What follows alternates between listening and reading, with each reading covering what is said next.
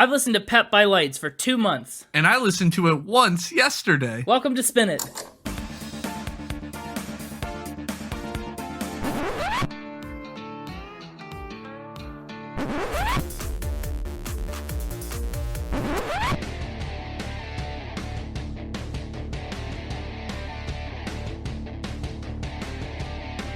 Hello, everybody, and welcome back to Spin It, the record ranking podcast for people who would rather be listening to music. I'm James, and with me is my friend Connor. All of the lights. No, wait. You hated the album. You're singing Kanye. But that one little section was catchy. It was earwormy. And I've now recently learned that entire song was about the artist we're doing today. Oh. All about lights. All of the lights. No, it's not about lights, the artist. It's just about other kinds of lights. Oh. But good on you for making connections. I don't remember because that was like episode 3, so I don't remember. Was there ever a section where you just started listing different types of lights? Yeah, there was. Like LED, infrared, da-ba-da-ba-da-da-da. That is my favorite kind of light. Yeah. Okay, before we go much farther, I have some business. Okay. It's been a while since the Spin and Art department has really been featured heavily on an episode. Yeah. They've been doing a lot of good work for us, but we haven't really highlighted them. Yes, behind the scenes, they've done a lot. Yeah. If you've been to our streams, you saw some Spin It Art department work. Indeed. But I have a new art department project that was just hot off the press. We have a new addition to the Spin It mascot department. Oh,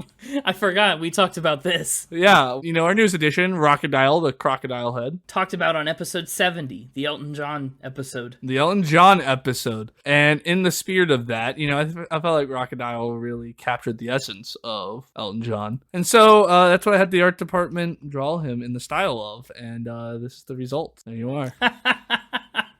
An Elton John Crocodile. Boy, I love that. Yep. Wow. Go follow us on social media. On Twitter at SpinItPod. And on Instagram at SpinItPodOfficial. Yeah, you can see the Crocodile mascots for yourself. Yeah, and you can see them for yourself. Well, I like the Crocodile, but that's not why we're here. It's not. I just had to get that out of the way before it got randomly brought up in the middle of the episode. So now it got brought up at the beginning of the episode. Yeah, before we dived in, you know, hit it off strong. Yeah. Well, let's dive in then, shall we? With Crocodile's blessing, we should continue. Let's talk about Lights. Lights is an artist I'm pretty sure you don't know, because it's an artist I didn't know until recently. How dare you assume what I know and don't know? You don't know what I haven't tried. I do know that you don't know Lights. Yeah, I don't know Lights. Not yet. Well, I mean, I do know. I've listened to it, but I don't know anything about them, so tell me. I will. I was introduced to Lights by a friend who spoke really highly of this album, played a lot of it for me, and I was kind of hooked pretty much right away. So I was excited to get this one in the Albums of the Month rotation,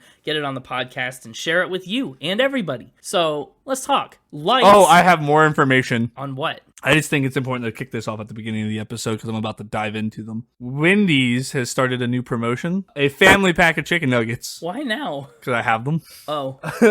You could get 50 chicken nuggets for $15. Yeah. And I got them. And I'm not saying I'm going to eat them all in the recording, or we're not going to have a milk situation, hopefully. We've also been talking for like an hour before we started this recording, and have they just been sitting there? I put them in the microwave to keep them warm. Oh my gosh. We're going to see how many of them I eat. They're my dinner tonight. Okay, we're going to see how many of the family pack of nuggets you can eat while we do this episode. Not can I eat, will I eat. I'm not going to eat more than I want to eat. It's not a challenge. Not a challenge. We're just at the end of the episode. We'll wrap up and see what the total is. And for the record, you won't hear it. I will absolutely cut all of that out. Okay, continue. Where was I? Oh, I hadn't started. Lights Poxleitner Bocan was born Valerie Ann Poxleitner in Ontario, Canada in 1987. Her last name is where she derived the pseudonym Lights, which is mostly just how she's known now. She says, "It totally explains what my music is about, lightening people's moods and stuff." And, you know, I think it was a smart move, because even though a different band already existed by the name Lights, since she changed her actual name, she was able to use it without running into any legal trouble, which I think is kind of funny. And she says she also really loves writing capital L's, which her real name doesn't have, so it's a win-win. Fair enough. And I feel like a capital L is fun. It is. It's like a 90-degree angle. I was always partial to the cursive S, lowercase s, because you get to make so many fun, like, it's like a little, like, it's probably the most complicated one to make. That's true. It's quite squiggly. It was just fun. Although G's are also very complicated to make. Capital cursive G's, and they're impossible to make look right. Yeah, doesn't have the J have a weird one in cursive as well? No, F does, though. F. No, yeah, F is what I was thinking of. You're right. Mm-hmm. To all of our younger audience who didn't have to learn cursive, you don't know what we're talking about right now. No, but there you have it. Spinach's favorite letters are L, G, S, and F. I like O as well because it gives you a chance to try to make, like, when you make a perfect O, you know? Have you made a perfect O? Yeah, a couple times on accident, never on purpose. Wow, I aspire to that. What do you mean never on purpose? Is not every attempt at writing an O an attempt to create the perfect O? No, I don't think it is. I think sometimes I'm just writing something and there's an O in it and I don't really care. Wow, shame on you. I strive for passable O's, all right? I mean, fair enough. Capital L's, right. Lights grew up traveling a lot. Her parents were missionaries, so she spent a lot of time abroad in the Philippines and Jamaica and more, during which time her mom homeschooled her, while her dad was the one that taught her to play guitar and make music. What you might not know, or be able to tell from this record, is that Lights was a singer and a guitarist in a metal band called Shovel Face in her early days. So, I mean, we've had some artists get some starts in metal bands before, right? Yeah. And I think they all ended up not being metal artists. Yeah, because it sucks. No, it doesn't. What? Metal's all right. It's the Penguin's favorite genre. Can't argue with that. Within metal, you know, you get your different subgenres of metal, and some of those are leave something to be desired. Okay, I can't argue with that. In 2001, she made her first song on an 8-track recorder, and she moved to Toronto to pursue making music. She signed with Sony TV and started making music for TV early on in her career. Yep. Yeah, her first work appeared on the show Instant Star. Her other work started to catch some attention too. She had a single called Drive My Soul, which hit number 18 on the Canadian Hot 100 charts, and she started touring around Canada and the United States. In 2008, she signed with Warner's Doghouse Records and put out a self-titled EP, which helped secure a full LP called The Listening for her next year. It would sell more than 80,000 copies, which earned Lights the Juno Award for New Artist of the Year. And then, Spin Cycle Connection, which everybody seems to have nowadays. That means we're really, our web is wide. Yeah, it is. The Spin It Wide Web. But here's the Spin Cycle tie-in.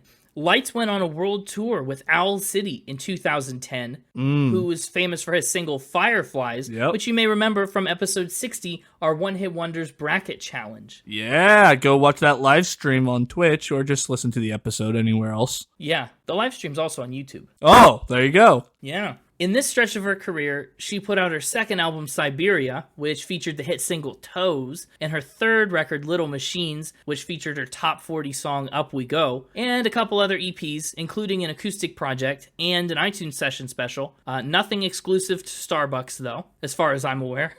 I looked that up, by the way. The Starbucks thing, I Googled and did some more research, and it turns out, Starbucks used to sell CDs up until like 2007, 8, 9. Yeah? And it was a big deal when they pulled them. I didn't realize. I didn't drink coffee or go to Starbucks back then, but some people probably listened to that episode and thought we were young guns that never knew. Yeah, I said the mixtape was trying to give you the truth, and you were just so incredulous. I know. During this time is when she also got connected with 21 Pilots' Josh Dunn, who we'll talk again about soon, and she got married to Bo Bocan, vocalist of metalcore bands Bless the Fall and Take the Crown. In 2017, she put out a really significant project, which I thought was really cool. Her fourth album was called Skin and Earth, and it was released in tandem with a self-made comic book series, much like Coheed and Cambria, who we talked about on episode 59. So 1 month at a time, she would put out a song and then an issue of the comic to go with it until she released the entire album, one song and comic at a time. Yep. She had some songs featured in Just Dance 2018. I know how much you played Just Dance. Not that one, though. No, that was a little after your dance era. She was also able to tour and work with some more musicians and bands, including Young the Giant, whom I also love, look out for a future episode sometime, and Deadmau5. In 2019, she signed to Fueled by Ramen, which is a label you may have heard of if you've paid any attention to music labels. It's home to artists like All Time Low, Funds, Nate Roos, Panic at the Disco. It's the former home of Fall Out Boy, Jimmy Eat World, Paramore, 303, and more. So Fueled by Ramen's quite a place. And after a couple more EPs over the next 2 years, we finally get to PEP, our subject for today. That came out on April 1st, 2022.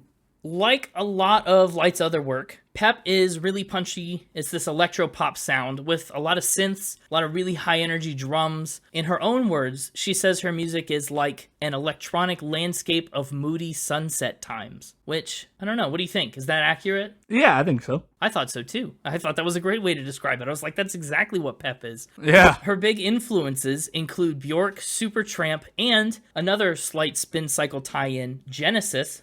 We haven't talked about Genesis super specifically, but we did a Phil Collins episode. Much like her last project, too, Skin and Earth, PEP also came out with a graphic novel, which acted as a side story to that first series. It kind of continued on like a different direction for Skin and Earth. Some of these songs were being worked on as early as 2019, but after the pandemic in 2020, she wanted to rework the album so it was a little more positive in light of declining mental health. She said that signing to Fueled by Ramen actually inspired her to approach this music with a little bit more of a rock edge than she had previously, which I think feels pretty evident on some of these tracks. 4 singles were released to promote PEP: Prodigal Daughter, Real Thing, Salt and Vinegar, and In My Head, which I think is a pretty solid 4 singles, but I don't know if all of those are ones I would have chosen, but that's just me. It debuted at number 32 on the Canadian album charts, and on the US top album sales chart, it rose all the way up to number 25. It's actually Light's first studio album to not break the top 10 or enter the Billboard 200. So you're saying you picked her worst one? Well, I guess apparently according to the charts that's the case, but listen, nevertheless, it got a really solid score from critics. A lot of praise from critics out there. All Music rated at 4.5 stars. It's not as bad as the chart positioning would make it sound. Think of all the cool stuff that came out in April. Are you thinking of it? Like what? I don't think there's a single cool thing that came out in April. You came out in April. Yeah, I'm not cool though, so.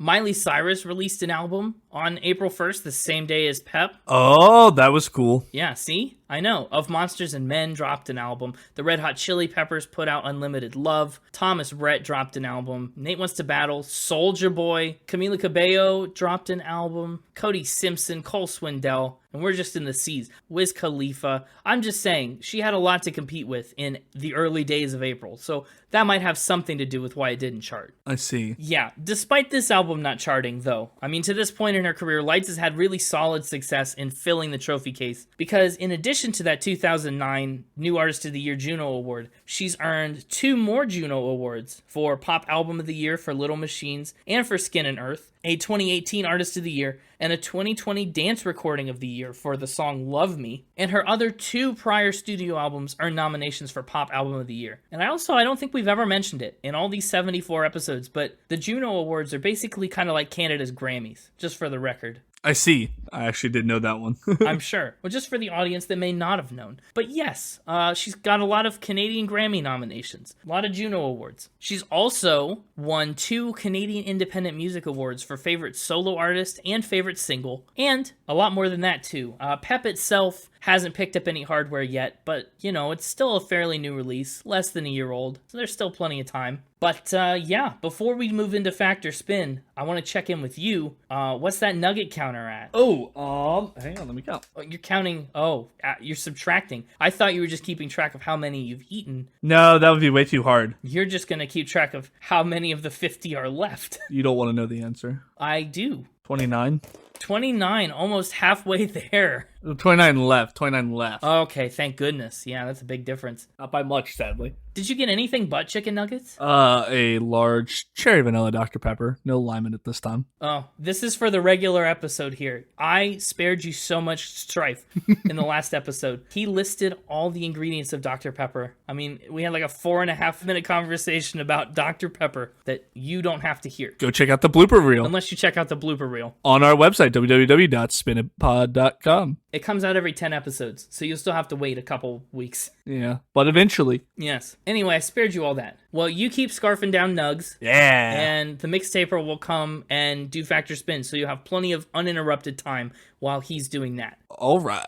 Hey, it's me, the mixtaper. Hello, once again. Welcome back to the show. How's our favorite dastard? Wishing he had 50 nugs. Oh, you didn't get any? No. Connor brought back 50 nugs. Called it a family pack and then didn't give any to his family. I guess not. Sorry, buddy. So I see where I stand. This is my family pack of nuggets. It's all right. I'm used to it. I'm used to You know, my family, they never even saw their faces. No. At least I've seen his face, you know, so progress. Yeah, that is progress. Unless his face is really a mask. I've never checked. Let's not check. Whether it is or is not a mask, that will disrupt life at home.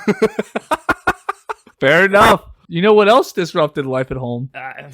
You doing research for this Factor Spin round. I just thought that would be a really fun segue into our first fact, but it doesn't really relate to any of them. Oh, well, that's a shame. So what's our first fact? Let's start with this one. She owns a prop from her favorite movie. Ooh, not our first movie prop owners. Yeah. First one was probably the electric device from Frankenstein that... Kiss toured with it. Okay, so let's talk favorite movies. Yeah. What's Light's favorite movie? The 1971 classic starring Gene Wilder, Willy Wonka, and the Chocolate Factory. Oh, that's one I haven't seen. I don't know what many of those props. That's also an interesting favorite movie. Why? Is that like, I don't know, the humor? Is there nostalgia behind it? What makes this her favorite movie? She likes how colorful and vibrant it is, and the good-natured, cheerful attitude Willy Wonka has. Okay, all right, I can get behind that. What is the prop that she owns? Don't tell me that she has a golden ticket. No, it's not a golden ticket. Okay, you paused for so long, I was going to say, okay, well, if it is a golden ticket, you can tell me. Sorry. Is it, I don't know any of the other props in the movie. I can't believe you haven't seen it. I know, but I haven't. Maybe I've seen parts of it. I've seen the girl get blown up into a big blueberry. But that's about all I can remember. I know everybody hates the grandpa. And have you seen Willy Wonka and Chocolate Factory or Charlie and the Chocolate Factory with Johnny Depp? I haven't seen the Johnny Depp one either. Oh, okay. The prop is Willy Wonka's walking stick. Oh, wow. That feels significant. Is it like one of a kind? Is it the only one that he used in the entire like filming process, or were there several like duplicate props? No, it was the only one. Whoa. He used it more as an accessory. I see. And in fact, a little deep dive into the cane itself. He only really had it. Like the idea is he would walk around with it, but the only way Gene Wilder would do it is if he got to do a fun stunt the first time you saw him with it. Oh, interesting. What was the stunt? When he comes out of the Chocolate Factory, he comes out kind of hobbling with the cane, kind of hunched over, Mm-hmm. and everybody in the crowd gets deathly quiet, realizing he's not getting around too well, and people assume that's why the Chocolate Factory hasn't been running or whatever. And so he kind of hobbles out there, and then all of a sudden the cane kind of goes into a little slot in the cobblestone and disappears, but he keeps on going, and the cane's just kind of standing there straight up by itself, and he keeps on hobbling, and then he looks around and realizes he doesn't have his cane and falls forward like he's gonna hit the ground. But before he hits the ground, he ends up doing a beautiful somersault and stands back up and kind of gets a round of applause. Like, it's a silly little stunt. Interesting. Yeah, and then he kind of twirls the cane around and walks around with it the rest of the film. Sure, I imagine he points at things with it. Yep. This is where we make the chocolate and such. Yep. And how did she go about getting this? Bought it in an auction. That's the classic story, and that's a good one for you to use because that could be so true or so fake. It's the easiest way to get it. Movie props typically go for auction. It's true. I hesitate to ask, but I have to know. How much did she pay for it? Well, you know what we're about to do. Yeah, I Play everybody's favorite, second favorite spin a game show. Guess that dollar amount. I hate it. And it's not signed or anything, but it is an official movie prop. Yeah. Oh, $3,500. Higher. Higher than that. $6,000. Ooh. You know what? I'm gonna say that's close enough. Oh. That's pretty close. $5,800. You were within 200. Okay. Wow, I'll take that on a second guess. Yeah. That's a lot of money for a cane. Is it displayed somewhere fancy? I'm sure it's not just in a box collecting dust, but like... Yeah, I don't know. I assume she has a display probably in her home or something. Wow, that's pretty cool. It is pretty cool. I think I'm going to say this one's a spin. Going with spin. Yeah, I think our last movie prop, movie prop was true, but then we had a fact about drumsticks. That was the spin that were bought at an auction. I don't know. I'm not feeling it. I think maybe she does really like the movie Willy Wonka and the Chocolate Factory. I could see that being a thing, but the cane is... I'm just not buying it. Well, neither is she, because this is a spin. Hey, there we go. All right, strong start this week. Finally. Boy, I'm overdue for a good week. Yeah. I've had two 3 lost weeks? It's because I started spinning again. When I was telling all the facts, you were getting them wrong. That could be part of it. I don't know. I think I just expect you to lie more. So yeah, everything made up. Not our favorite movie as far as I'm aware. I mean, if it is, Lights, let us know. I'll stand corrected on that one. But my second one for you. Let's see if I can step things up here. She performed a concert for animals on the largest Sony TV in the world. What on earth?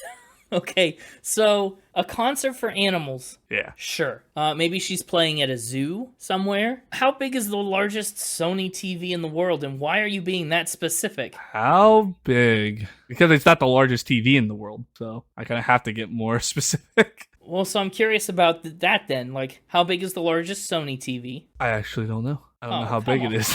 I'm sorry. And I also don't know that it's the largest to this day. It just was at the time. This here says that the world's biggest TV is a custom-made $1.6 million 370-inch TV. That's pretty big. Why stage a Lights concert for animals? What's the background for this event? So this was back during her days working with Sony/ATV. Oh, when she was with Sony ATV. Yes. Sony ATV and Sony a TV are two totally different things. Totally different things. I don't think they're very related. That's funny. And it was at Toronto's Rogers Centre, which is where at the time the largest Sony big screen TV could be found. Okay, so what are all these animals then doing in an arena? It was I don't want to call it an adoption event because it wasn't really an adoption. Think the Puppy Bowl. You know how it's like, here's a bunch of puppies that are in an area and you can adopt them. But that she's like performing a concert. She's the event, right?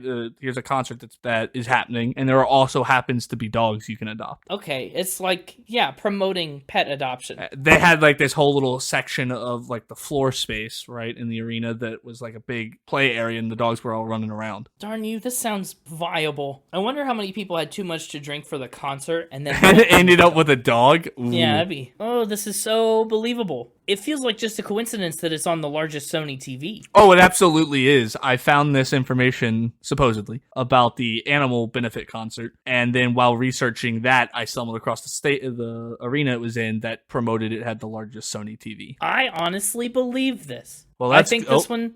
Suddenly, I believe it less. No, I was about to say, well, that's good, and then you start talking. So go ahead. I know you were about to say, well, that's good. Is it good for you because it's true, or is it good for you because it's just good that I was right and they got puppies from this? I'm going to stick to my integrity. Okay. And I'm going to keep saying that this is a fact. Yeah, well, I'm glad you're full of integrity, and you should be too, because integrity is important. But unfortunately, this is a spin. Oh, man. I almost changed when I heard you say it, and I knew I should have just backtracked right there. Yeah, yep. This is a spin. Well, you made up a really convincing fake event. Thank you. Well, let's keep ramping. What's number 3? Number 3 is She is Santa. Listen, Spinter Wonderland's not starting for another week or so. No, we're getting a little preview on Spinter Wonderland. She is Santa? Santa, yep. Okay, there's a lot of directions this could take. Which particular direction is this? Does she dress up as Santa and perform as Santa in like a mall Santa capacity? I don't know. Does she give people gifts? No, neither. Neither. Well, those seem like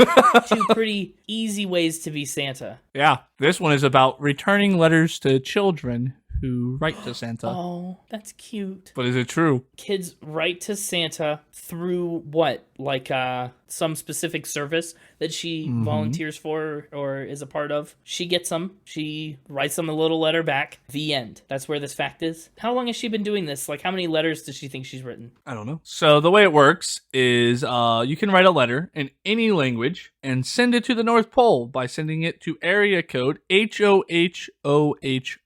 Oh, that spells ho ho ho. It sure does. And that's HOHOHO Canada, specifically the area code in Canada. Right. Ho ho ho Canada. Yep. And you will receive a letter back from Santa. That's really cool. Yeah, they have this service there that, any Santa letters that come in to that postal code office, they get distributed to different people who volunteer to write the letters back. That's a great idea. And so, in my mind, anyone who has written a letter back to a kid is Santa. Right. Yeah, that sure makes sense. So, has she gotten any particular letters with like outrageous asks of Santa, like I want a pony, or I don't know, like how do you deal with stuff like that? If I was her, I'd be like, yeah, absolutely, you can have a pony because it doesn't do anything to me.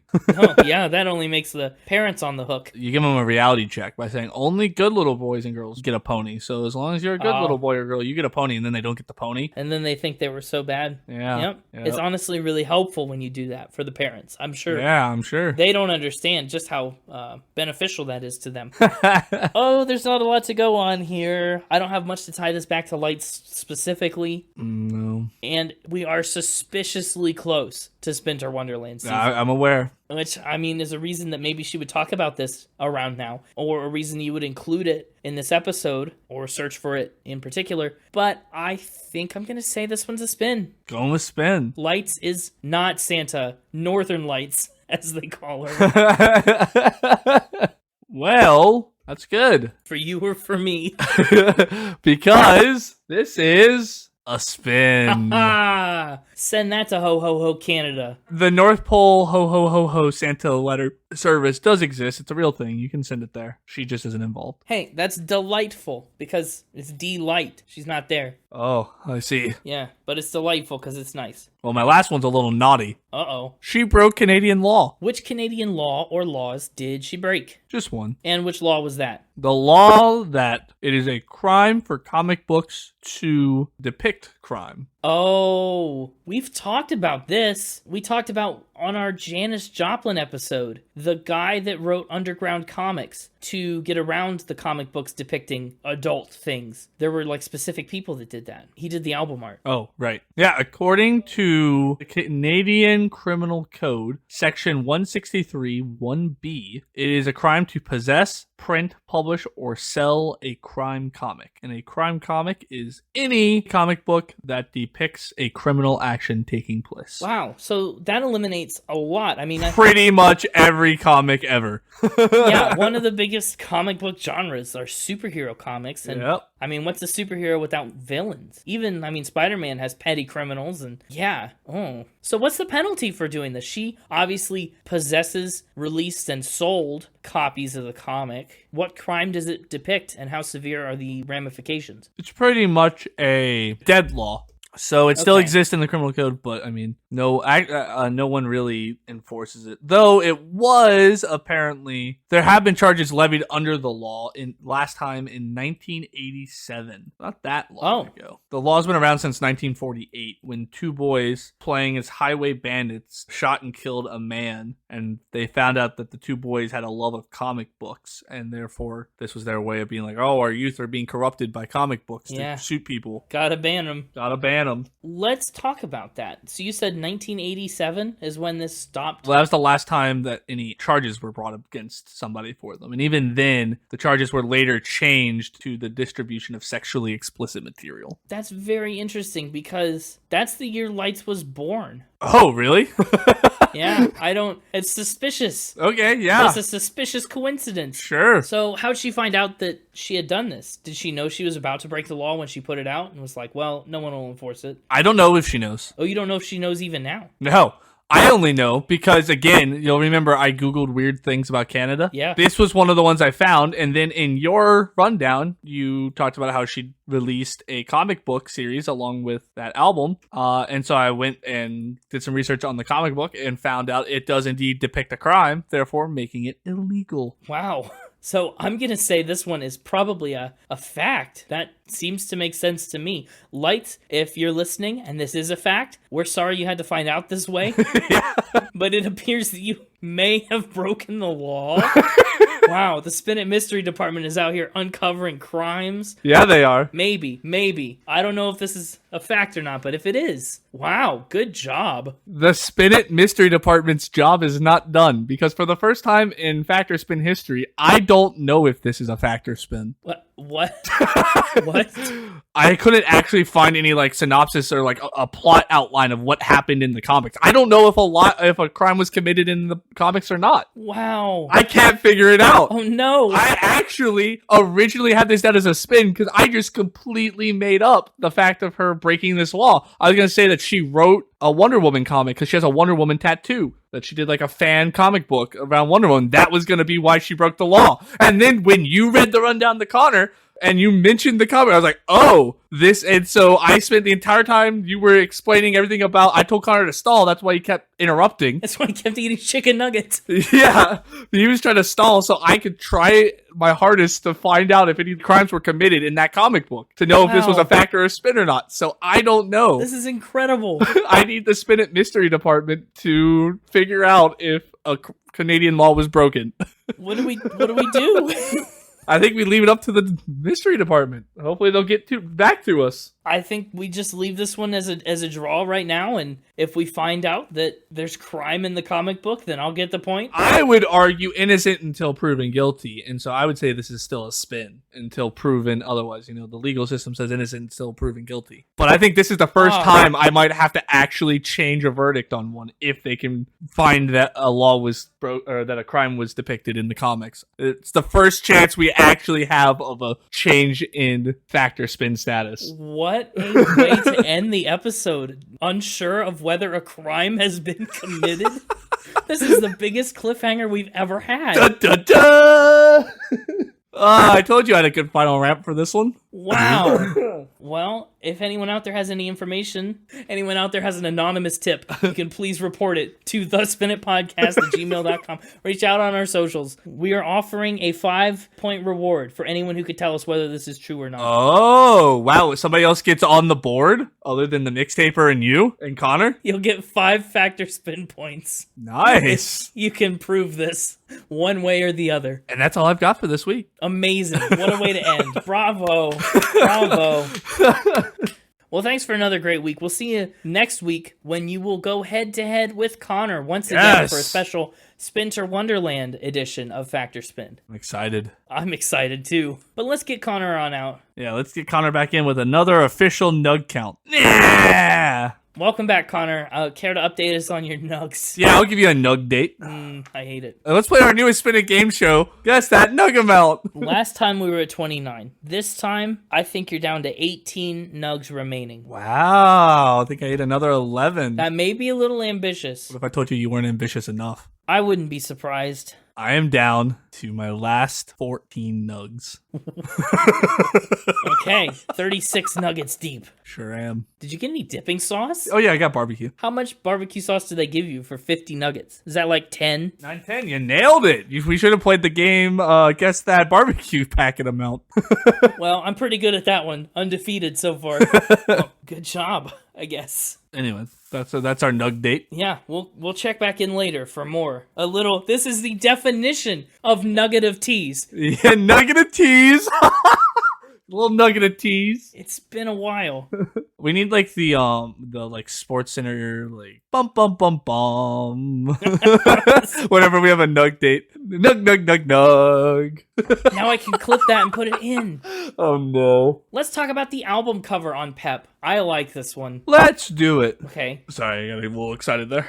Yeah. It's all the nugs talking. This is one of the cooler album covers I think that we've talked about in some ways. First of all, love the color scheme. Primary colors, a lot of red, yellow, blue, and we'll talk more about that in a minute. But one of the other unique features of this album cover is on the left-hand side, each track is represented by a little symbol. Yep. Which is cool. Or a series of symbols. Yeah, it's so cool. Like one of those guessing games where it's like they give you, it's like hole in one, it's just a number one with a hole in it, and you have to like, there's a name for those. I don't remember what the name of that kind of puzzle is, but that's what it is. Yeah. Like the beside myself one is just two of her. Right. I think that's my favorite one. I was going to ask what your favorite one was. I like them all. I think it's really clever, and I think it's just a nice little way to sum up what each of these songs kind of is all about. Okay, it's pretty good too. Yeah, I like that one. And the rest of the cover, of course, features lights, pop in her collar, plugged into a bunch of tubes. Yeah, and another little version of that over on the upper right as well. Yeah, like a schematic. Yeah. It's pretty cool. And then like a skull with a bunch of wires in it hanging down from a barcode. This album cover kind of reminds me the song Sparky. Yeah, yep. This epitomizes that. But let's get into it, shall we? Yeah, yes we shall. Are you dropping the catchphrase thing still? I was getting there. Oh. I wanted to respond to your shall we real fast, and I was going to say, yeah, we shall. Let's spin it. Sorry. I'll just cut that so it's better. Or we can just cut the whole shall we thing, because I did forget my catchphrase, but I wasn't going to admit that to you. No, now it's all staying in. Dang it. Let's spin it. Yeah. First up is the track Beside Myself, one of the coolest logos like you mentioned. Beside Myself was the first song she put out for the album, and it was actually at that time her first new solo music in about 2 years. Nice. Yeah, I think that's a good way to come back. Since the comic book scandal. Since it wasn't really a scandal until today. But yeah, she says that the song is somewhere in between happy and sad. And I think that's a great way to open an album that oscillates between those two emotions so seamlessly. A lot of these songs jump back and forth between happy and sad. And this song that kind of hovers in the middle is a great way to prime us to feel both of those things. I really liked the start of the album. It wasn't really what I expected, but I really enjoyed it. How this very soft, like sunsetty or sunrise kind of mood to it. Yeah, it's exactly like she described it. Like very ethereal. Absolutely ethereal. That wide open synth does wonders for it. Yep. And so, like, you know the phrase, to be beside oneself is to kind of be upset or distraught. And this song twists that metaphorical way to be in a physical direction as she sings these songs about ghosts in another life and people passing out of her life, leaving her alone, and in places where she's formerly had others beside her, she's now alone beside herself. Yeah. It's a really, really great angle for this, like, well-known phrase. I love the third verse, too.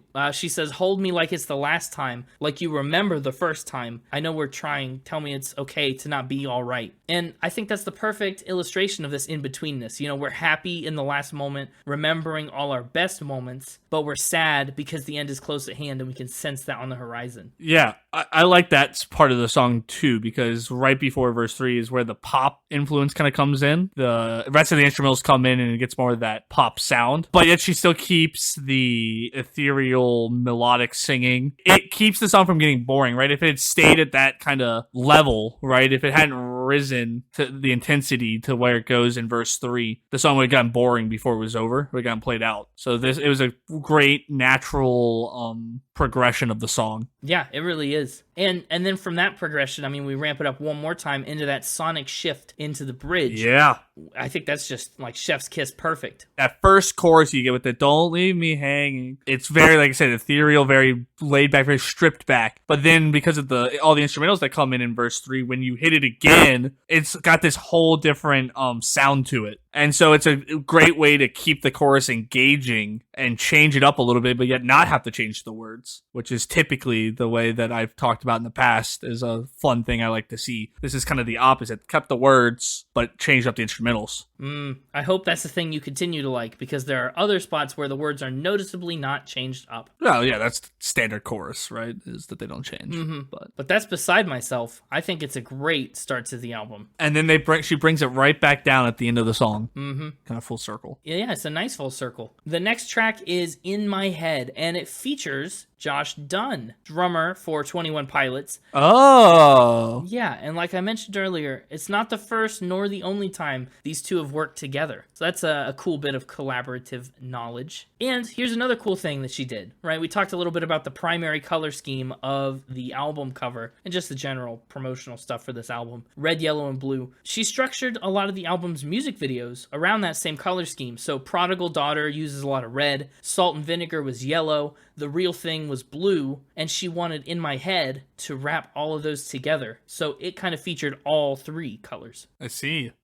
I like it. I like the chorus for this one as well. Oh, yeah, I do too. I like the cadence of it. It's got kind of that rock. It takes me back to Plastic Hearts by Miley Cyrus. That more pop rock kind of cadence and feel to it. It definitely does. And that's the kind of thing, like she mentioned, that's a little bit of new territory for her. As she's signed to Fueled by Ramen, she's kind of pushing into that more. Yeah, I like it. I like it, but I don't think it's what she does best yet. I wasn't turned off by the da-da-da-da-das. I like them. Call me a da-da-da fan. Wow, that's a surprise for you. Yeah, it's not overused. Yeah. It's just a nice little kind of bumper to the chorus to keep it separated from verse 2. Yeah, it's a good transition piece. According to Lights, she said, "In my head is about tuning out the chaos and the thousand voices telling us how to feel and act and look, and just keep doing things your way." So the whole song is built around this metaphor, this concept of having a drum in your head, marching to the beat of your own drum. And I think it's really cool to turn your thoughts into something so tangible and understandable. Everybody understands dancing to the beat of a drum. Yeah. So conceptually, I like it. But that said, though, I do think Beside Myself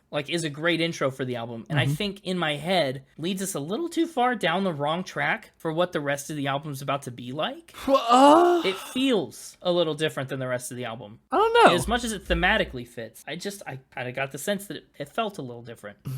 I guess I viewed it as those two tracks together kind of give you the upper and lower bounds for the album. It's like Beside Myself is the more stripped back ballad style side of the album, and In My Head, like I think it's more into that kind of punk rock, the more heavier side of the punk genre, and then the rest of the album falls somewhere on that spectrum, song by song. You might be right. Well, I don't know. Do you think it lessens the impact to hit the highs and the lows that early? I don't know. I think it sets expectations. Fair enough. It's good to define the parameters. You can make an argument for splitting them, making them the start and the end of the album. You know, you like progressively get closer and closer to one style or the other over the course of it. You know, there's a couple different ways you could play it, but I don't think it was different enough that it was like jarring or felt out of place necessarily. That might be true. I think you could have, like you said, they pushed it too far in the wrong direction.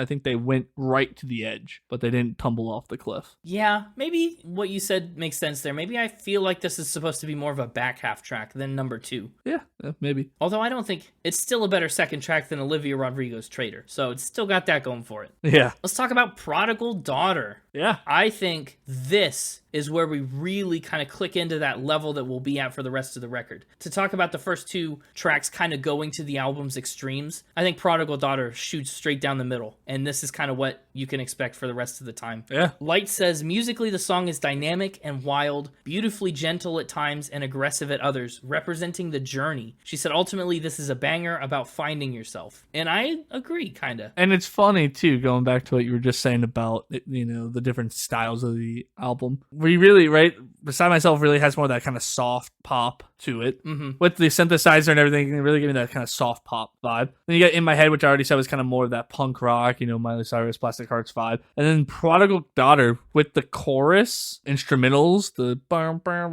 that's going on. I got kind of like some disco pop going on. It's got pop with a bite. It definitely stings a little bit in a good way. I like it. Yeah, like specifically the instrumentals and surrounding the chorus gave me like you could be like rollerblading to this song vibes, which is why I went disco pop. You could rollerblade to Prodigal Daughter. Yeah, and that makes sense because you'll come back around the rink. I honestly, for me, I like the verses better. I agree.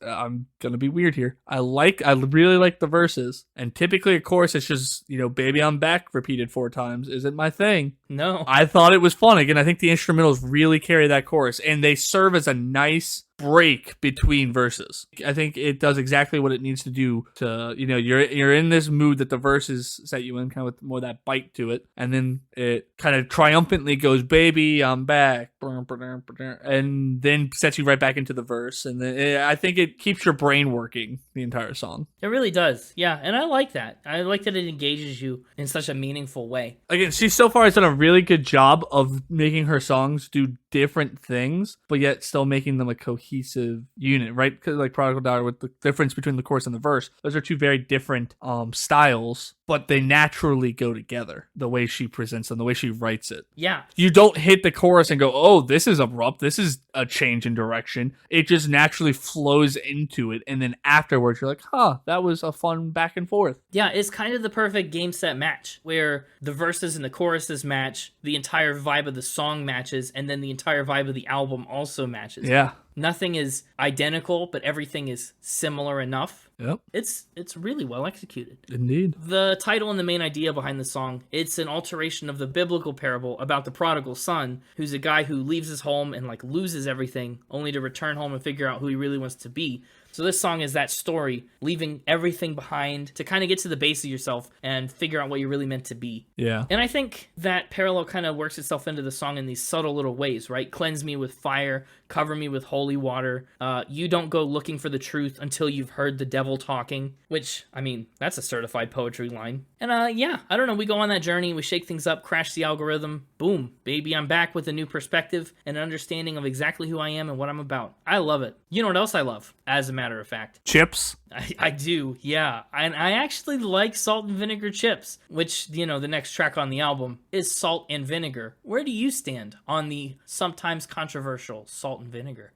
Like as a chip? Yeah, as a flavor. Oh, I love salt and vinegar chips. I do too. They're that perfect level of like burn your mouth off. Salty and vinegary. Yeah, a perfect blend of salt in a way that no other combination is. Yep. Salty and vinegary like nothing else. Love a good salt and vinegar chip. Yeah. They're in the same category of chip as like a Dorito in the sense that I don't need like something to dip it in. Oh. Like, you know, you got your chips that you like dip in salsa or you dip in like a sour cream or the French onion dip. There's a lot of chips out there that you dip in different things, but Or you could dip, yeah. or you could dip. You don't have to, but it's better dipped in my opinion. But salt and vinegars, just, you eat them raw. Well, you eat them cooked, but without condiments is what you're... Yep. Well, apparently, Lights does not necessarily like salt and vinegar. Well, they don't like her. Fair enough. She makes this comparison in the song where these two people are kind of like a bad influence on each other. She says, you and me make a dangerous mixture. We go together like salt and vinegar. Yeah. Which I think is meant to imply that they go together in an abrasive way, but not in a way that's not meant to be together. Yeah, no, I agree. I think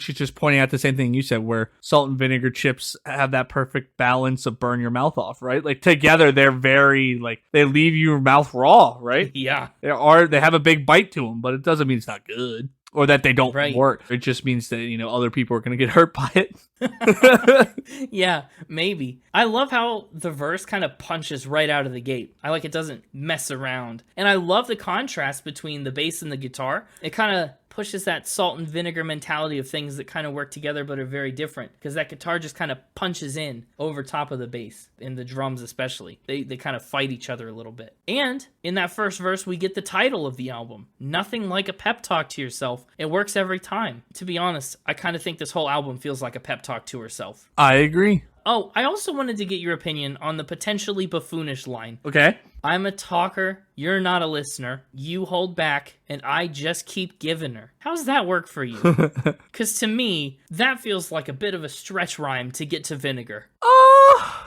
Giving her, especially. Yeah, I mean, okay, I'll give you. So, listener, simpler, vinegar, all fine. Giving her is the rough one, but the problem is I can say probably almost guaranteed I've used the word giving her myself. So I don't think I'm allowed to call it buffoonish without being a hypocrite. Oh, I see. Really giving her some gas or whatever, you know? Like, yeah, fair enough. I've heard the term giving her used, so Okay, so not buffoonish, but iffy. yeah, it's iffy. Yeah. So I know we didn't come with conclusive evidence on whether Lights has committed a crime. Well, we did, and then my world was shattered, or the mixtaper's world was shattered. That is. Yeah. Well, but the next song kind of implies that crimes have been committed. It's true. It's Money in the Bag, featuring Kisa. Now, if this song was a comic book, definitely against Canadian law. If this was in the comic book, we may have our answer. Yeah. Money in the Bag is so high energy. Really, really fun song. I thought, anyway. I've always really enjoyed Money in the Bag, particularly from this album. Yeah, I liked it too. I also love that she gets to show off her range a little bit. Love that. This is kind of a vocal showcase. Yeah, I like how high pitched she goes with the man. Yeah, it's great. Lyrically, I think this one's a lot of repetition, but honestly, I don't mind it because I get so lost in it. The instrumentals, again, do a lot of the heavy lifting, I think, of just keeping your head kind of bobbing the whole track. Yeah, that guitar hooks you quick and keeps you pretty thoroughly. And, I mean, that's mostly just the choruses that are repetitive. Outside the chorus, you can find a few gems. Hey.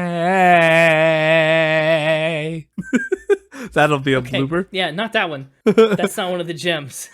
She says, I want you to give me love. Don't want to loan that. Own that. Get 'em up now. And also I loved rubber scars on the pavement. Let the ghetto birds hunt. And it implies she's stealing the love. Yeah, she's taking it by force. You know, put the money in the bag. Put the love in the bag. Know your worth. It's mine now. I'm taking it. I like Money in the Bag a lot. It's not like a masterpiece, but boy, is it fun. Yeah, it's fun. That's a good term for it. Mm-hmm. And, I mean, we're just riding high through the middle of this album, I'll tell you. I also really love Jaws. Okay, I have a question. It started and reminded me of a completely different song, and I can't put my finger on it. With that fat synth hook? I love that. Yeah, it sounds so familiar to something else. I just don't know what it is. I'll be honest, I don't either, but I can see why that'd be a very, like, commonly familiar thing. Yeah, I don't know. It was just so familiar. Like the song started, I was like, "Is this a cover?" And then I was like, "No, that's whatever this is. It's not what I was thinking." It's not a cover. Yeah, I love it. And we start with just with that synth sound, and then as the song progresses, we build more of a soundscape over top of that foundation. It's nice. And as the song progresses, we kind of build more of a soundscape over top of that synth foundation. I think this song has a really great sense of progression and growth as we go along from like an instrumental standpoint. And Jaws has a great rhythm to the lyrics like we don't see in a lot of other places. Just, I don't know, the way that those verses are structured is so nice. And we get snaps. When was the last time we listened to a song with snaps? That's a good question. It's been a while. It's been a minute. Lyrically, this song is cool too. She kind of talks about herself as a girl with jaws, right? The chorus kind of says it all. She doesn't take any crap and she'll bite back if she has to. And so it's kind of got this laid back, chill kind of vibe to it, even though it describes this external chaos in the world around her. Like she's keeping her cool because she knows she's got it. You know, she can handle whatever gets thrown at her. Yep. Some of the lines are really cool too. The world is collapsing, you're losing control. I'll be keeping tea hot, digging your pit. They say the future comes once, and baby, this is it. First of all, there's some cool stuff in there. You know, digging your pit, like digging your grave and keeping the tea hot. There's a lot there. But also, does anyone actually say the future comes once? I thought that was just kind of a thing we all understood. I think it's just something we all understood. Well, they say it comes once, and baby, that's it. Yeah. Though I guess you could make the argument the future repeatedly comes. Constantly, yeah. And then if you got the multiverse out there, like future comes a million different times, million different ways. That's way too complex for what this song's trying to get at. Yeah, listen, she's got jaws and she's got claws. And her guns are out, boots up, no bras. Yeah, and she says, don't trust nobody, baby, we're outlaws, which kind of calls back to Money in the Bag, which is what I wrote in my notes. But now it ties back to the comic book laws. She maybe is an outlaw. She's just breaking Canadian law all over this album. Who knew? Now, before we move on to Rent, I mean, we're kind of at the halfway point of the album, so I guess I should probably do you the favor of letting you talk about chicken nuggets again. Nug, nug, nug, nug. We got a nug date. Yeah, what's the sitch? Well, we're playing our newest Spin It game show. Guess that nug amount. Are you down to the final 10? We're down to our final 10 nugs. Wow, that's like a normal amount of nuggets. And I think I'm going to call them out as I eat them. Don't call them out as you eat your last 10 nuggets. You might just be in the middle of talking and you'll hear me go 9, and that means I have 9 left. And we'll count down. We'll have a nug countdown throughout the second half of this album. Like Happy New Year. Let's talk about track 7, Rent. And no, I'm not talking about the 525,600 minutes musical. This is a different song altogether. 525,600 minutes. Yeah, that's not it. 525,600 spinets. Whoa! We gotta do that album for that episode. For episode 525,600? Yep.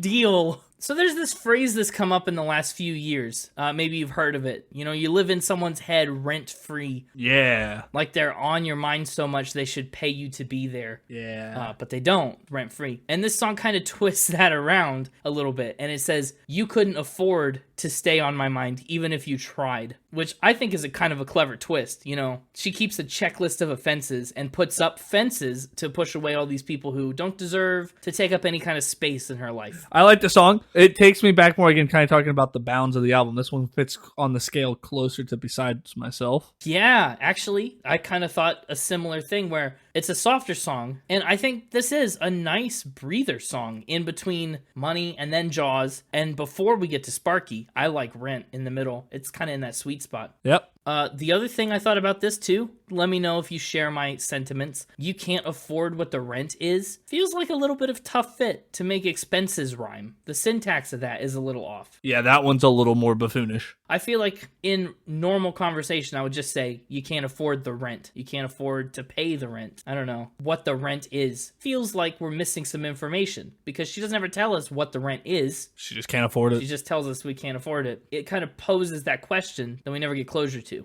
But overall, I like Rent. Yeah, I like the song too. You know, I'm the bad guy. I'm going to like this song. It's a given. Right, naturally. There's never been a single ballad I didn't like. Never a single one? You definitely don't have any audiographic proof stating otherwise. No evidence to the contrary. Yep. Well, let's talk about definitely not the ballad track, Sparky. It was electrifying. It was electrifying, I know. Arc Flash is a real deal, kids. It's dangerous. Yeah, that's a PSA. PSA. Dangerous. Anyway, this is another very peppy, pun very much intended, cinematic kind of a song. Sparky has a lot of big ambition. You know, it starts reserved and softer, which I think is a great way to bring us out of Rent. And then the pre-chorus scales it way, way, way, way back until we kind of explode into the chorus. Yeah. Which I love. You know, she says in the chorus, we're going to start a fire, which it kind of feels like the chorus is leading us in that direction. We're coming in hot. It's the energy there. It's nice. The whole song is kind of this warning about how she's uncontrollable, how she'll go off without a warning, and it's going to be sparky, electrified, and dangerous. Shocking, as it were. Indeed.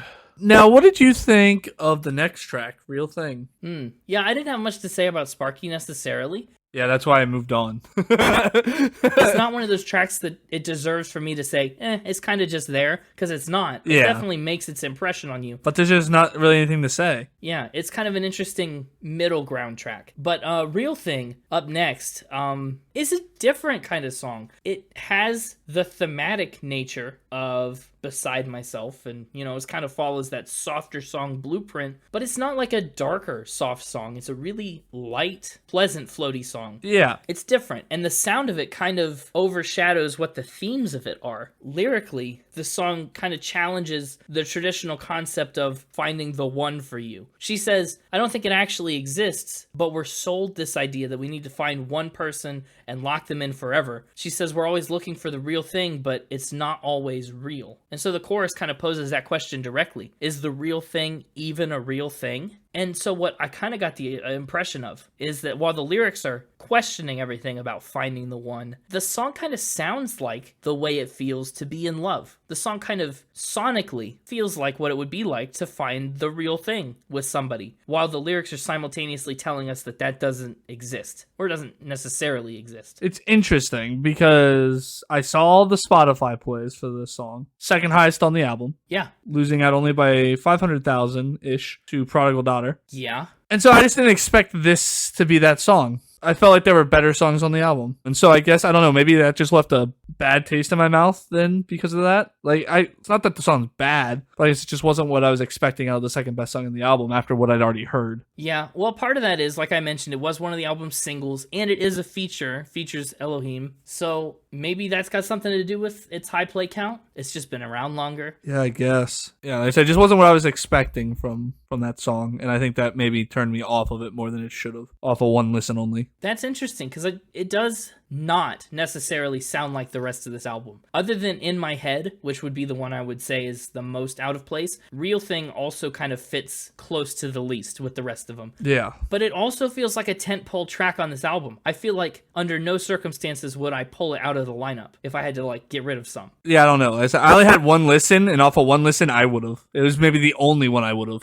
Wow, okay. Not saying that I like the album, I'm just saying in terms of pulling a song. That would be a swift decision for you then. So if someone was like paying you to remove a song, getting rid of Real Thing would be easy money. Absolutely. Almost as easy money as the next track, Easy Money. Yeah, of course. Easy Money's a cute little song, honestly. Yeah. Like, I'll bet on you because I know I can count on you. I honestly, off of one listen, liked Easy Money better than Real Thing.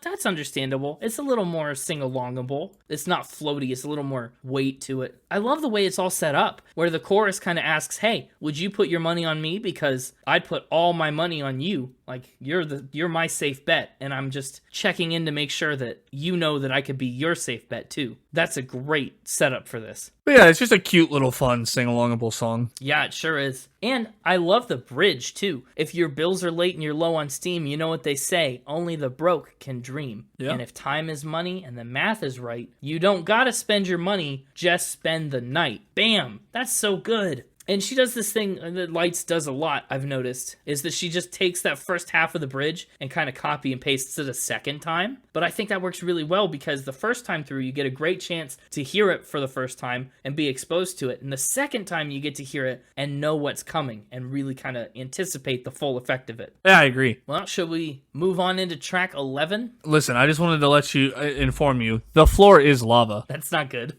That would have been a good time for you to say, okay. Okay.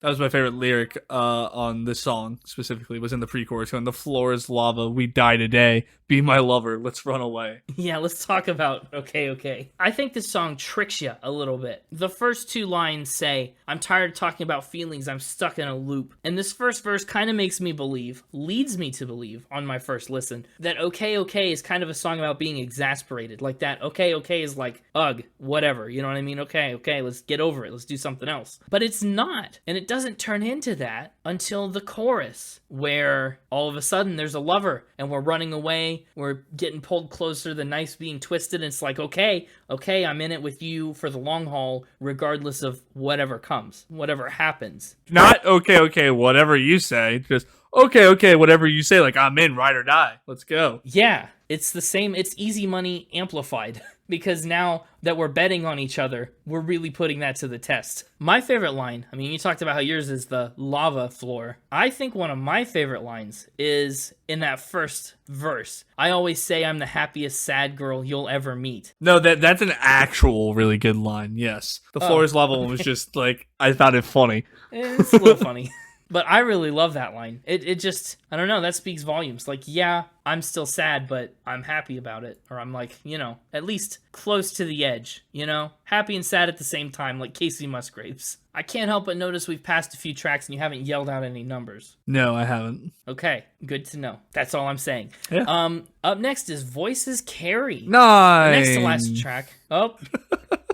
Just because you pointed out I hadn't done one, I figured I'll knock a nug back. Great. Lovely. Well, Voices Carry is the next track. It's a high energy song, another one that I really like. It's our last high energy song of the album, which is kind of sad. Yeah, I know. Well, I can't believe we're already at the end of the album. Getting close. Yeah, we got 2 left. I like the sound of Voices Carry. Yeah, they carry well. Well, yeah.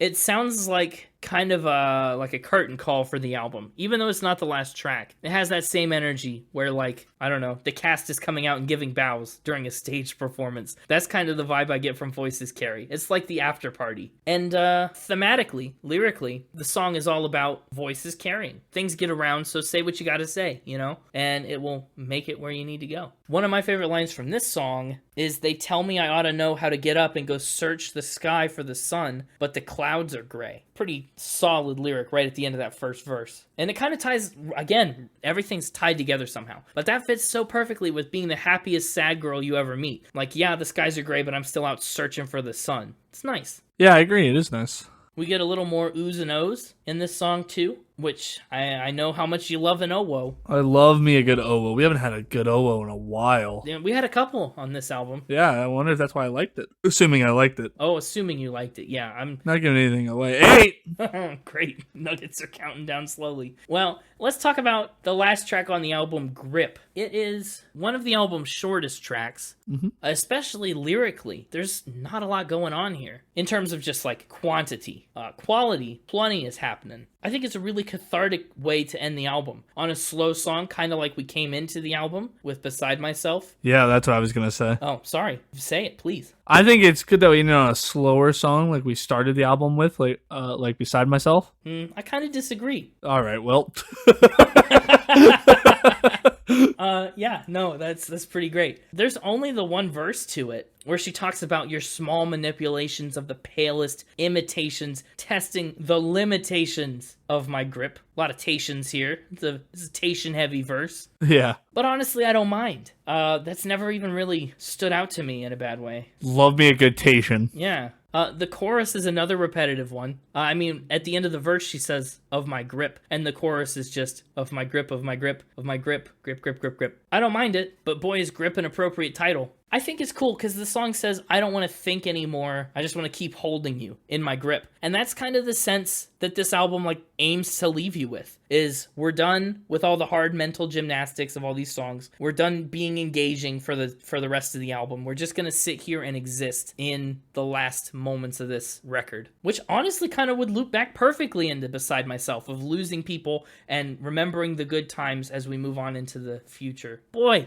there's just some really good, really subtle little connections throughout this whole album. I think it's pretty great. But with that, I think it's time to move into Final Spin and loosen our grip on the secrets that are our scores. 7. 7 nugs. Okay, we might make it there. For me, I think I said at the beginning, no secret that I like this album a lot. It's a fun album, top to bottom. I love the poppy, punchy style to it. It's the first I've ever heard of Lights, so this was a great recommendation from my friends. This was one that I was really excited to put on the podcast.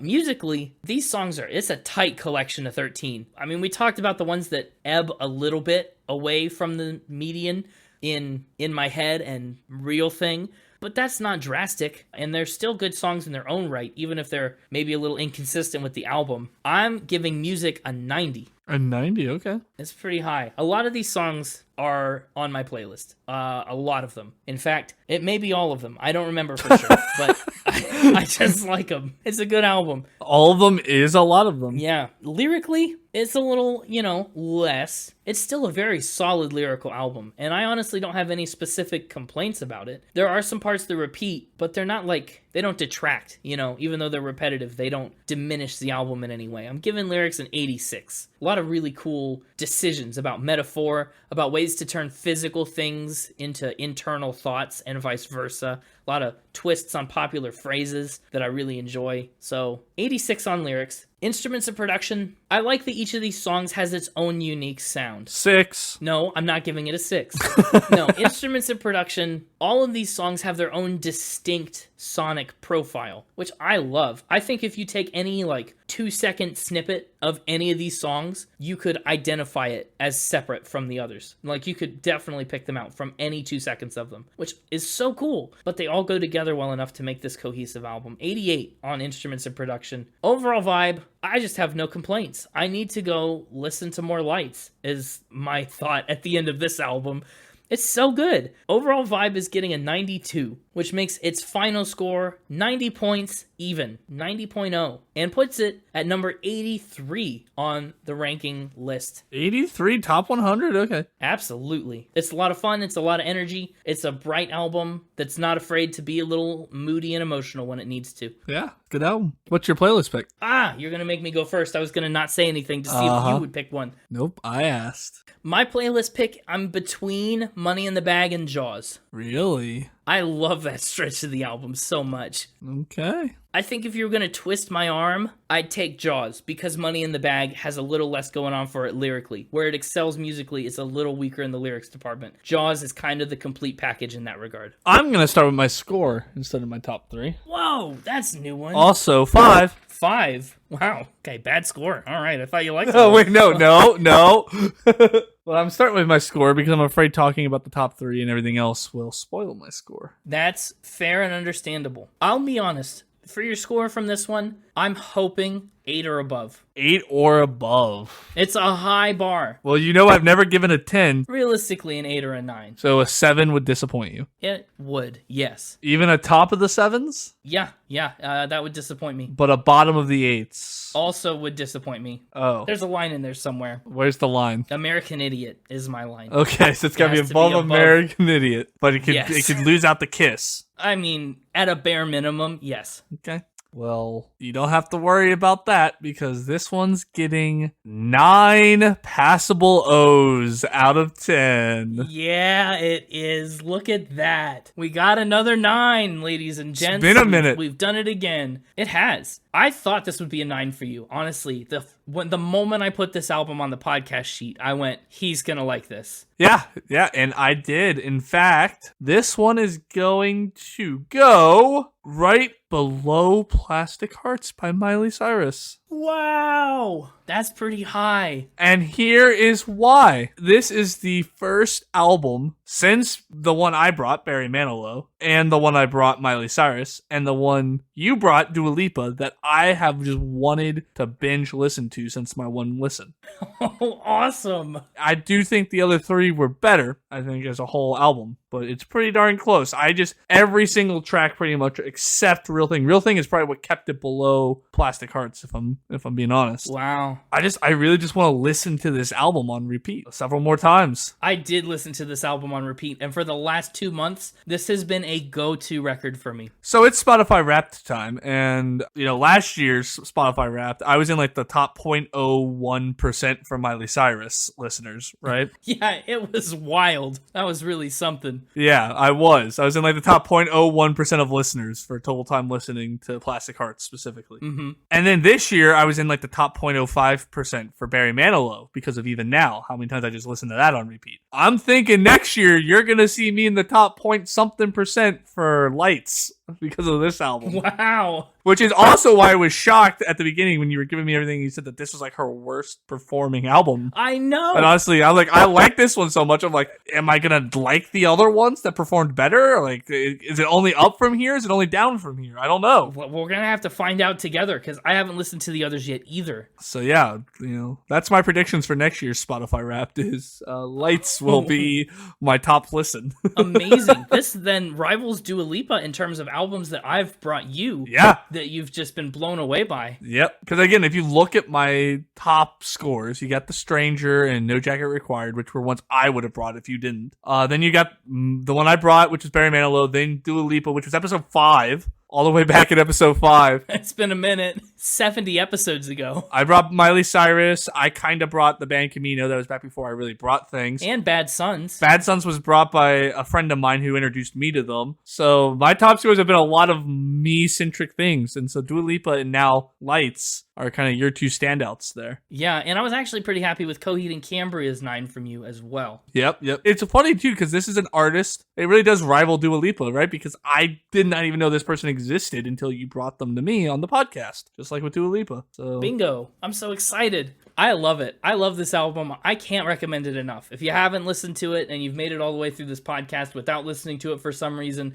go check it out. And so with that in mind, because I just want to listen to this album on repeat, I had a really hard time picking my top 3, and I thought that would spoil the 9. So that's why I wanted to start there. Fair enough. So I have a question, though. Aren't I still owed one extra from where the mixtaper didn't pick any the week he took over when I was at ConnerCon? No. I think I'm owed one still. You know what? We're coming up on the Spinter Wonderland season. I can't afford to be down one next week for what's basically my pick. No. That's why I'm asking. Well, it's the Spinner Wonderland season. I'm feeling generous, and I'm pretty happy that you like this album so much. So, you know what? This one's gonna be. This is the first time I'm ever doing this, and maybe the only time. Total freebie. There will be no penalty for however many top songs you have. Well, in that case, everything but Real Thing. I'm just gonna take 5. Okay, solid. I respect that. 4 plus a honorable mention, and it's gonna be in album order. Beside Myself. Oh, right off the bat. Yeah, another one right off the bat in my head. 2 that I would not have included personally. Prodigal Daughter, Okay, and Grip as the honorable mention. As for my playlist pick, it's so hard. Because in my head, like I said, I really enjoyed the more punk rock. Like, it reminded me of Plastic Hearts. I really liked, again, rollerblading vibes of Prodigal Daughter.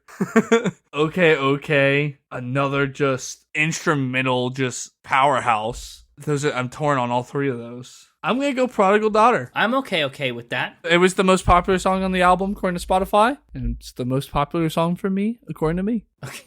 Okay, sounds good, Jaws. Prodigal Daughter it is. A 90 from me and a 9 for you. Once again, our scores have aligned actually perfectly. A resounding 9. A resounding 9, yes. And an 83 overall on the ranking list is no slouch. Next week is Spinter Wonderland. The holiday season is upon us. We're taking it a little easier than we did last year. Spinter Wonderland was our big holiday last year. This year we did Mixtober. This year was Mixtober. Next year, probably something like St. Patrick's Day. Well, we already used John Mayer, so we'll have to find something else. National PB&J Day. We found out that's in April. That'd be fun. April Fool's Day. If you're looking for pictures of the Rockadial or more fun Spin It content, be sure once again to follow us on socials, on Twitter at Spin It Pod and on Instagram at Spin It Pod Official. We also have plans for our TikTok account sometime in the future. And you should also check out our Twitter and send us some of your favorite holiday songs or covers by artists that we've done episodes on. We're gearing up for another bracket challenge, and we'd love your input on that. Yes, we would. So send them our way. Hit us up on social media. Write us a letter. Send it to area code HOHOHO. That'll get it to Santa. He'll bring it to us. But we won't be able to reply until Christmas. You'll have to wait until Santa delivers. Okay. I don't remember if I shouted out 4, but I'm at 3. Fantastic. Well, also our Spotify Wrap just came out, and the podcast numbers were so good. Thank you so much. We really appreciate it. Yes, thank you. Oh, it was great. We kind of monitor that stuff, but it's hard to monitor that. And at the end of the day, it's not why we do it. So no, I think we'd make this podcast if no one listened. I think it'd be even wilder if we knew nobody listened. But it's just really cool to see that, how many new people we picked up and how many of you listen to us week to week and share it. That's wild too. The number of people that we were on their top 5 podcast was a wild number. Yeah. It was cool. And if you don't listen to us on Spotify, we love you too, but we have no way of knowing. Well, I mean, there are other analytics out there. They're just too complicated for Connor. But they don't deliver them to us with music and pretty colors. Yeah. 2. Well, either way, it sounds like you already know what to do based on our Spotify Wrap numbers, but if you haven't figured it out yet, keep spinning. Keep spinning. Almost a premature keep spinning. Do I just down these last 2 so I can say I made it through all 50? I'm so close at this point. You have to make it through all 50, right? You're at the finish line. I'm just going to shove them both in my mouth at once. It sounds like a bad idea. It's just 2 nugs for now. 0. Did you just say 0? 50 nugs. We teased the nugs, and I ate them all. Congratulations. This is a 50 nugget episode. Nug.